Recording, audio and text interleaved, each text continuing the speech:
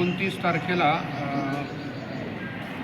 कराड शहर च्या तर्फे त्यांचे जे गुन्हे प्रकटीकरणाचे कर्मचारी आहेत त्यांच्यातर्फे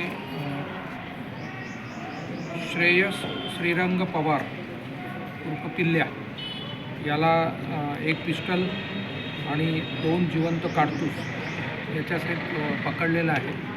याच्यामध्ये मुख्य गोष्ट अशी आहे की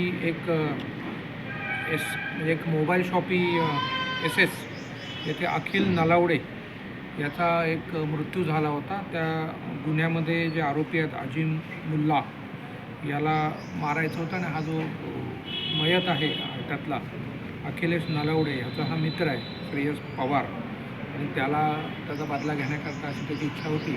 आणि याच्यामध्ये आमच्या प्रगती DB स्क्वॉडला गुप्त माहिती मिळाली आणि त्याच्यानुसार त्यांनी सापळा रचला आणि हा पिस्टल आणि 2 राऊंड मिळालेले आहेत आणि त्याच्यानुसार आर्म्स ॲक्टनुसार भारतीय आर्म्स ॲक्टनुसार 325 नुसार गुन्हा दाखल आहे आणि पुढचा तपास कराड शहर पोलीस करत आहे। साहेब, हा रेकॉर्डवरील गुन्हेगार आहे का?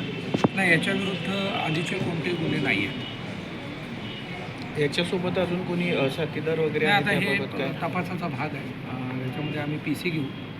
मुळात हे कुठून मिळवलं, अजून काही इतर आहे का याचा नक्की शोध होईल, कारण ही एक कॉन्स्पिरसी दिसते जी मारायची, मग ती एका माणसाच्या ह्याच्यात असेल नसेल हा नक्कीच तपासाचा प्रश्न आहे।